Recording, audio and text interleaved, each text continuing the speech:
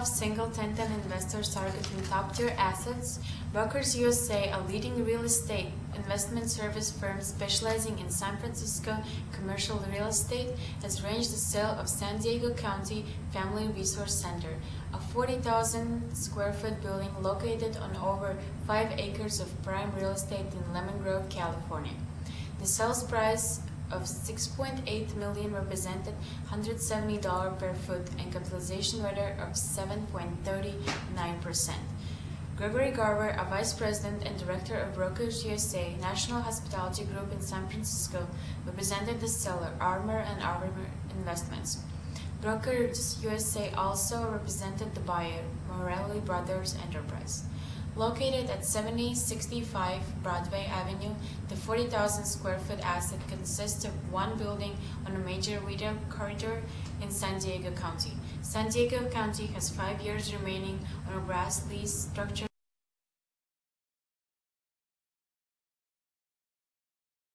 Single-tenant investors targeting top-tier assets. The outlook for single retail properties should improve throughout the rest of 2008, as the economy is expected to gain some momentum in the second half. During the second quarter, however, the University of Michigan Consumer Sentiment Index reached a 26-year low, as employment losses, record-high energy prices, and tighter lending standards are suppressing consumer confidence and spending. Department stores, furniture outlets, and apparel retailers are already feeling the effect of more modest spending, and while the government's economic stimulus package may help somehow, growth in some retail sales expected to remain limited. Better performing assets classes will be those that sell necessities at bargain prices. Wholesalers, discount retailers, and drugstores should weather the downturn best. Higher fuel costs are allowing big box stores with gas stations such as Walmart, Sam's Club, and Costco to capture market share from traditional gas stations, where prices are typically higher. The investment outlook for single-tenant properties is expected to be mixed throughout the rest of the year, with buyers becoming increasingly selective. The impact of slower economic growth, tighter underwriting, and fewer apartment owners crossing over into single-tenant retail properties is causing a slowdown in sales velocity, trends that are expected to continue during the next few quarters. This uncertain climate is resulting in investors pursuing safe choices, with buyers typically targeting national credit tenants in primary markets.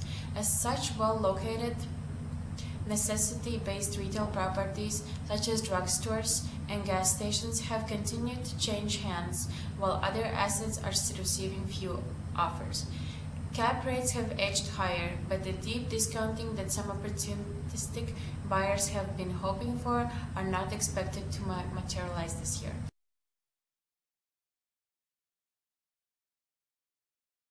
Single-tenant retail market overview. Quick service restaurants. McDonald's will install coffee bars at all of its U.S. locations over the next 2 years, a move that is the biggest addition to the company's menu in 30 years. Discounters Big Box. Costco reported a 7% gain in U.S. same-store sales growth for the 4 weeks ending May 4, 2008, compared to the same period a year earlier. The increase in sales was spurred by a 17% spike in gasoline prices. Casual dining.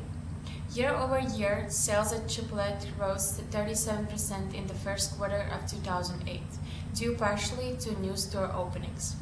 The company opened 28 new restaurants during the first quarter and had comparable sales growth of 10.2%. Revenue for the first quarter of 2008 increased 29.3% to $305.3 million from $236.1 million 1 year earlier. Drugstores. Major drugstores such as Walgreens and CVS continue to attract buyers, but they are facing greater competition from discounters. Walmart's $4 generic prescription drug program has been effective in capturing market share from drugstores. Grocery stores. Sales velocity for grocery stores has fallen by nearly 20% over the last 12 months. However, supermarkets may be the one of few segments to register any strength in sales going forward as consumer changes their spending habits and decide to prepare more meals at home.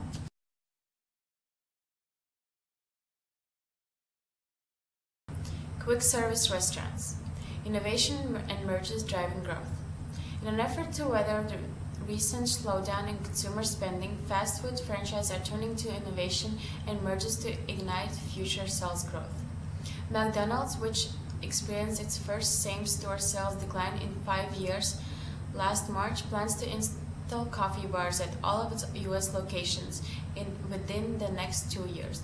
It is the biggest addition to the company's menu in the 30 years, which forecasts calling for $1 billion in annual sales. In an effort to capture greater market share, Wendy's International Inc. will be acquiring Arby's parent Treyarch in a stock deal valued at about $2.3 billion, excluding debt. When completed, Wendy's and Arby's will combine to form a third largest fast food company in the world. The investment outlook for quick service restaurant properties remains healthy. Despite fewer properties changing hands, sales velocity has declined by 9% over the 12 months, due in large part to fewer investors allocating 1031 exchange proceeds from apartment sales into fast food properties. With fewer buyers in the market, the median price has dropped 3.7% to $439 per square foot year over year, and cap rates have climbed 30 basis points to 7% during the time.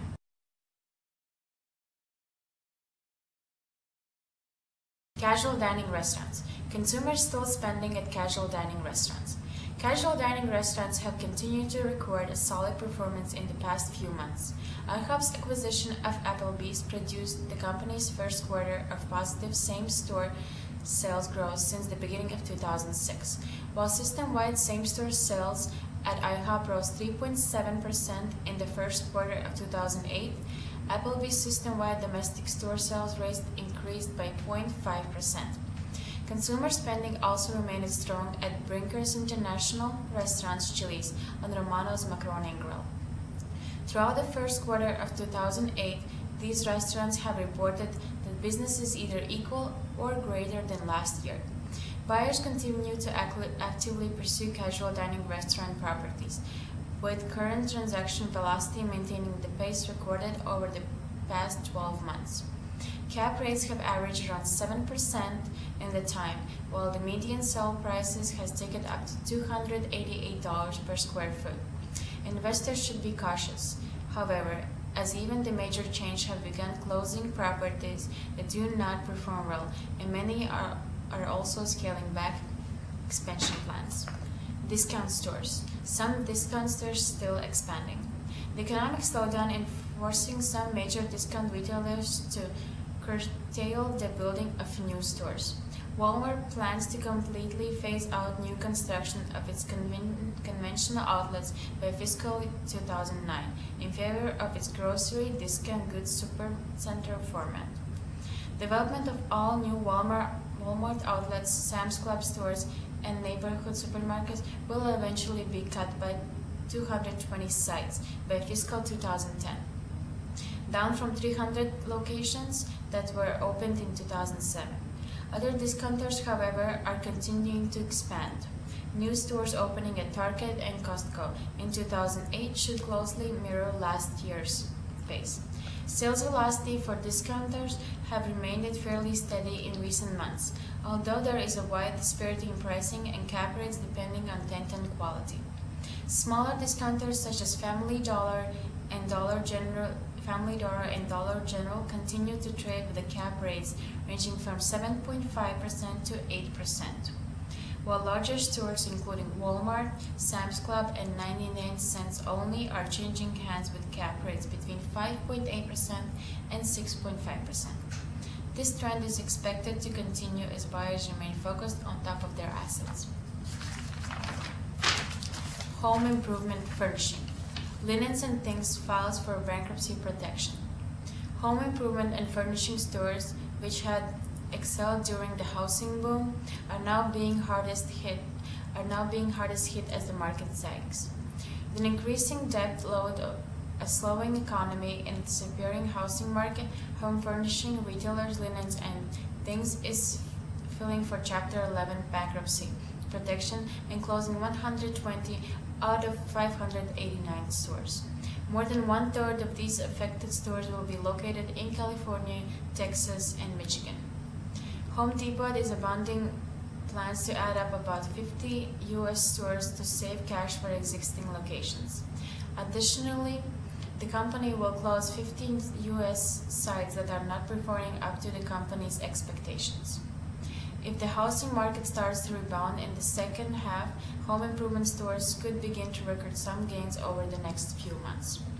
The investment market for home improvement furnishing stores remains limited by the amount of available inventory. The few properties that have traded over the past year have exchanged at cap rates in the high 5% to high 6% range. As major companies close stores, however, investment properties that are either anchored by or are ancillary to these shuttered assets could be negatively affected. Drugstores. Buyers attached to drugstores, fewer properties being listed.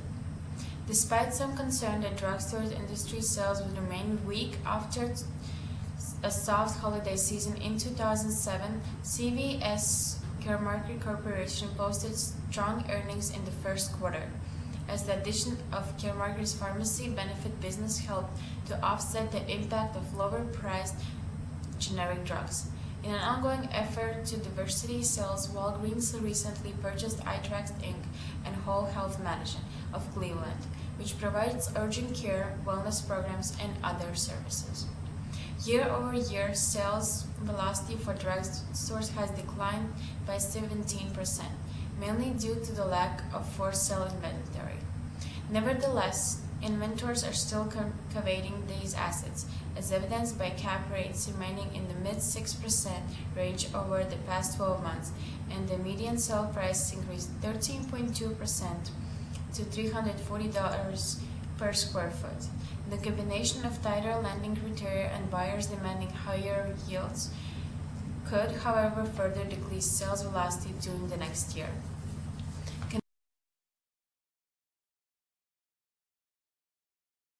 Convenience stores, gas stations. Operators undergo close observation as oil prices surge higher. With gas prices approaching $4 per gallon, convenience store and gas station properties will be under greater scrutiny from investors. Traditionally, operators of these businesses have been slow to pass along high gas prices to the public for the fear of driving customers away.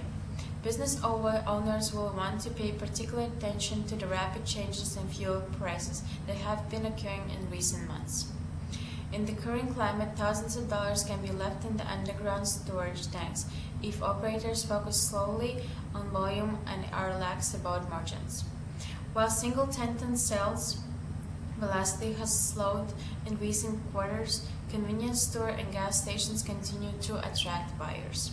Over the last 12 months, velocity has ticked up by 1%, as buyers have been attracted to the cap rates in the mid-7% range.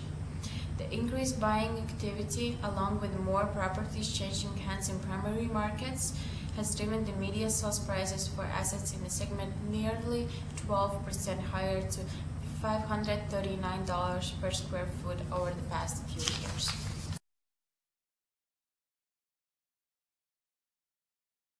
Grocery stores. Grocers looking to attract economic stimulus dollars. Competition remains fierce in the grocery business, and companies are taking steps to bring additional customers into their stores. In response to the U.S. government's economic stimulus plan, Kroger announced that it will allow customers to receive free groceries by exchanging their tax refund checks for Kroger gift cards, with an added $30, $60, and $100 on the card. Walmart is also using the stimulus package to obtain more foot traffic by allowing customers to cash their refund checks in stores at no charge and with no purchase necessary.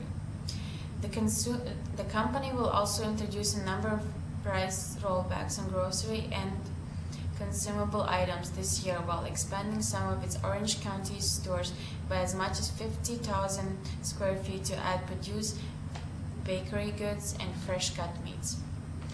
Grocers have been paying close attention to British-based Tesco expansion plans. At the end of the first quarter, the company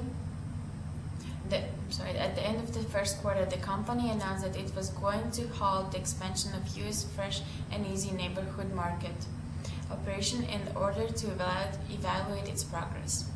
Recently, however, the company has been more optimistic, as it is now planning to open 150 more Fresh and Easy stores in the nation this year. The competition in the grocery industry has resulted in 20% decline in sales velocity over the last 12 months, while the median sales prices has fallen 12% to $128 per square foot. Nevertheless, supermarkets may be one of few segments to display any sales strength going forward, as they can pass on extra costs to customers while benefiting from shopping opting to prepare more meals at home. The trend should help to attract investors who choose to sit on sidelines in the first half of 2008 and increase sales velocity throughout the end of the year.